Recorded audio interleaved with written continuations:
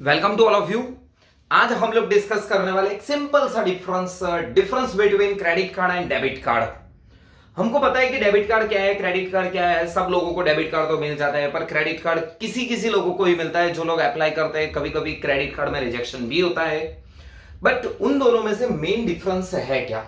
मैंने 6-7 पॉइंट यहाँ पे लिखे हुए हैं कि आप डिफरेंस इजीली अंडरस्टैंड कर पाओ। बट इसके रिगार्डिंग अगर आपके माइंड में कुछ और डिफरेंस क्रिएट हो रहे तो डेफिनेटली आप कमेंट सेक्शन में मेंशन करना, कमेंट सेक्शन में लिखना कि सर ये वाला पॉइंट भी ऐसे डिफरेंस हो सकता है क्रेडिट कार्ड और डेबिट कार्ड में।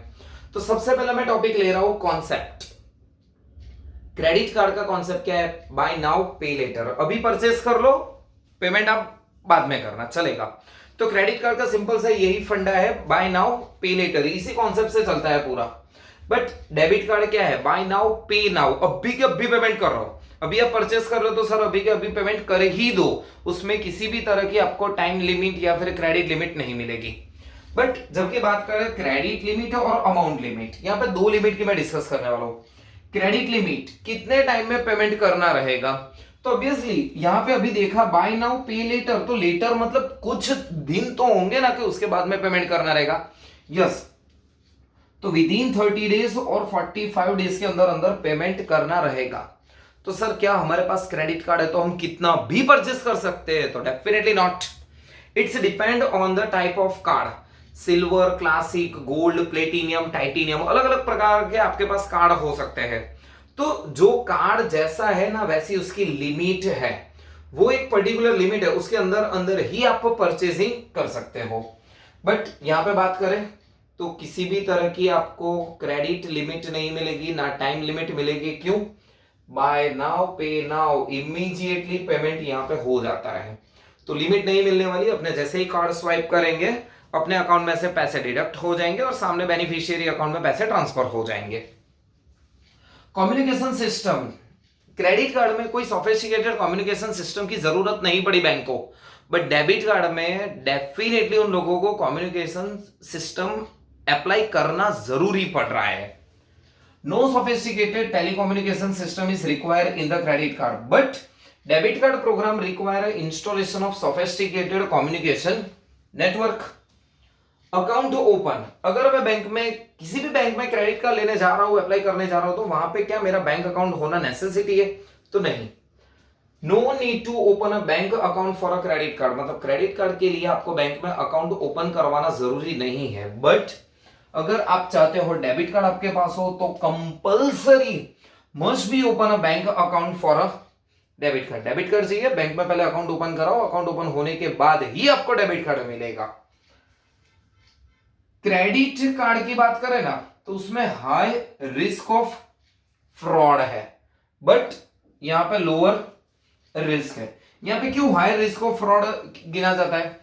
तो क्या सिंपल अंडरस्टैंडिंग है, बैंक मेरे को ऑलरेडी क्रेडिट प्रोवाइड कर रही है। सपोज मेरे पास क्रेडिट कार्ड है 2 लाख रुपए का, बैंक में मेरे पास नहीं है, बट जितनी मेरी कैपेसिटी होगी उतना मैं परचेस कर रहा हूं और विद इन 30-45 डेज में मैं पेमेंट कर दूंगा। बट अगर मेरा कार्ड लॉस्ट हो रहा है और कोई बंदा उस कार्ड को स्वाइपिंग कर रहा है ना, तो वहां पे फ्रॉड है। 2 लाख की अगर कार्ड स्वाइपिंग हो चुकी है तो मेरे को 2 लाख पेमेंट मेरा बिल आउटस्टैंडिंग निकलेगा। ऑब्वियसली बैंक ने ऐसे फ्रॉड के लिए इंश्योरेंस और सब लिया हुआ है, सेकेंडरी थिंग्स है, बट फ्रॉड यहाँ पे हो सकता है।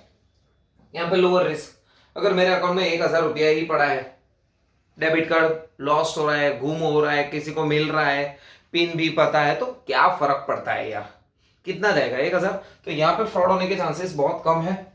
अंडरस्टैंड, क्रेडिट कार्ड को अंडरस्टैंड करना एक्चुअली देखने जाए तो बहुत डिफिकल्ट है, क्योंकि क्रेडिट कार्ड में रिस्क फैक्टर भी ज्यादा है। अलग अलग कंपनी के अलग अलग टाइप के क्रेडिट कार्ड भी आते हैं। मैंने अभी बोला silver, gold, platinum, titanium, merchant bank आते हैं, इन स्टोर कार्ड आते हैं, चार्ज कार्ड आते हैं, बहुत अलग अलग तरीके से कार्ड आते हैं। तो इसको समझना नॉर्मली डिफिकल्ट है, तो डिफिकल्ट टू अंडरस्टैंड। बट ये वाला डेबिट कार्ड की बात करें तो easy to understand. Debit card को अंडरस्टैंड करना बहुत इजी है। डेबिट कार्ड दैट मींस अपना जो एटीएम कार्ड होता है ना, वही।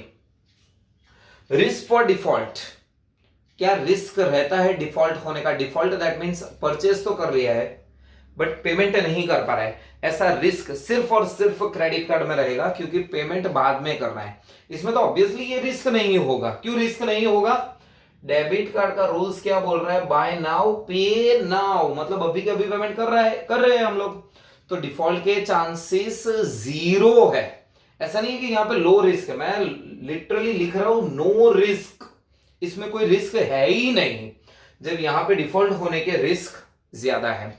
मैंने अलग अलग 1 2 3 4 5 6 7 पॉइंट एक्सप्लेन किए, फिर भी अगर आपको क्रेडिट कार्ड डेबिट कार्ड में कुछ भी डिफिकल्टीज है या फिर कुछ आप का दिमाग कुछ अलग तरीके से सोच रहा है, तो कुछ टॉपिक है तो नीचे आप कमेंट सेक्शन में लिख सकते हो कि सर ये वाला डिफरेंस भी हम क्रेडिट कार्ड और डेबिट कार्ड में क्लासिफाइड कर सकते हैं।